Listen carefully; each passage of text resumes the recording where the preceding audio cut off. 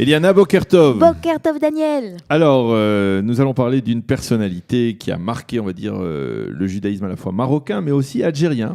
Et le judaïsme tout court, hein, et puis je court. suis sûre que vous allez en parler, vous avez des anecdotes à nous raconter.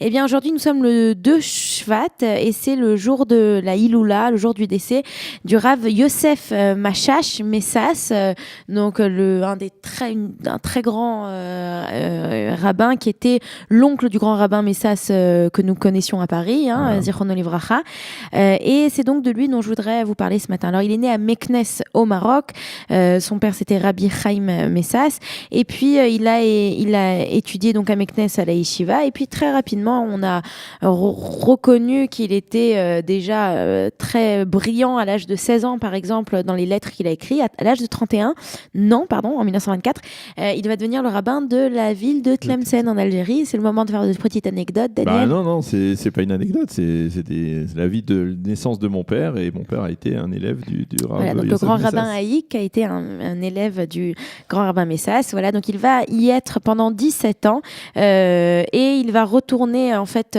à Meknes quand le Rav Yaakov Toledano, qui était le dayan de l'époque, va décéder, afin de lui devenir le dayan de cette ville. Et puis il était connu aussi pour être très bien accueilli chez le roi. Il avait des très bonnes relations avec le roi du Maroc, et donc il pouvait très rapidement avoir accès à la cour, et il l'a fait à plusieurs reprises pour ses frères juifs. Un peu plus tard, il va monter en Eretz Israël en 1964. Il va monter en Eretz Israël et il va s'installer à Haïfa. Alors au départ, il a complètement refusé, il ne voulait pas. Il a fallu une pression, ça c'est intéressant, du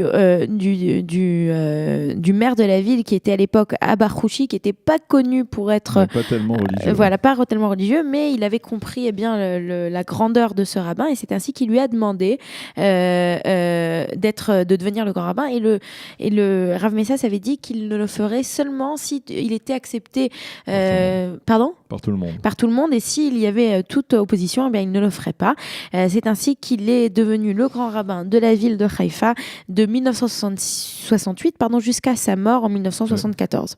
Et vous savez pourquoi il était accepté par tous les milieux, et en particulier par la ville des travailleurs et de Haïfa vous allez me le dire. Parce qu'à Tlemcen, tout simplement, il avait pour réputation d'être très ouvert, tout en étant scrupuleusement respectueux des mitzvot. Eh bien, il avait autorisé l'instauration d'un minyan dans la ville de Tlemcen, d'un minyan des travailleurs pour le Shabbat. C'est-à-dire qu'il y avait le minyan habituel à 9h, le Shabbat matin, mais il y avait un minyan pour les travailleurs, pour ceux qui avaient l'habitude de travailler, qui ne pouvaient pas ne pas travailler. Et bien, il leur avait dit, vaut mieux venir travailler, donc venez malgré tout, venez faire la prière, et après partez au travail. Et donc ils venaient le Shabbat faire la prière, et après ils allaient au travail. Alors donc, ce que vous êtes en train de dire, que l'on connaissait chez les rabbins d'Afrique du Nord. Alors c'est justement ce que vous êtes en train de dire, c'était le point dont je voulais parler. C'était le point dont je voulais parler. Enfin, le Rav Messas est connu pour sa capacité à être en fait un immense de la génération, un Gadolador, mais en même temps d'avoir une ouverture, une compréhension des réalités du monde. Il est très connu chez les femmes un peu féministes pour sa piska, où il a dit que si on vit dans un pays où les femmes mariées n'ont pas l'habitude de se couvrir la tête, elles n'ont plus besoin de se couvrir la tête, ce qui est utilisé par beaucoup de femmes féministes qui ne veulent pas se couvrir la tête.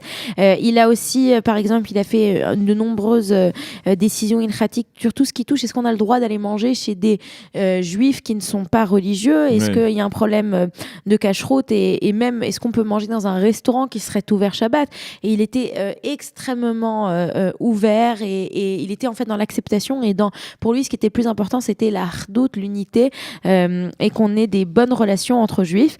Et il a eu beaucoup de décisions ilchatiques qui étaient très originales. Il était très sioniste, il avait des décisions ilchatiques très originales. Et d'ailleurs, pour parler de son sionisme, c'était le dernier point dont je voulais parler. Il était connu pour être il avait un rapport à l'esthétique qui était très important. Il comprenait l'importance de l'esthétique. J'ai vu un ami, Gabriel Abensour, raconter que son grand-père, je lui avais demandé un jour pourquoi est-ce qu'il portait du parfum. C'était pas commun chez les rabbins de l'époque. Et il disait parce qu'à la fin de la tefila, quand les gens viennent m'embrasser la main comme on le fait chez les chachamim séfaradim, alors je veux que ça soit agréable pour eux de venir et que je n'ai pas de mauvaise odeur. Donc il avait ce côté esthétique. Ce côté esthétique, on le retrouve aussi dans sa shira, dans sa poésie, puisqu'il a écrit de nombreuses chants, de nombreux poèmes, entre autres sur la création de l'État d'Israël, et enfin sur Yom Ha'atzmaut, et enfin tous ses livres. Il a écrit 48 livres quand même. Il avait l'habitude de faire des petits dessins. C'était lui qui faisait les enluminures, si on peut dire de la sorte, de tous ses livres. Donc c'était véritablement un homme, non seulement c'était un chacham, un très très grand sage, mais en plus de cela, il avait il avait le respect des autres. Kavod Abriot, c'était important pour lui dans tous les domaines. Voilà. Merci Eliana, c'était une très bonne idée de rappeler le souvenir du Rav Yosef Messas, donc c'est la Iloula, donc aujourd'hui le 2 Shvat. Merci beaucoup Eliana. Vous aimez l'histoire juive ? Retrouvez Eliana Gurfinkel dans Un jour notre histoire sur Studio Kalita, c'est tous les matins, pour découvrir ensemble les événements et les personnages qui ont fait notre histoire.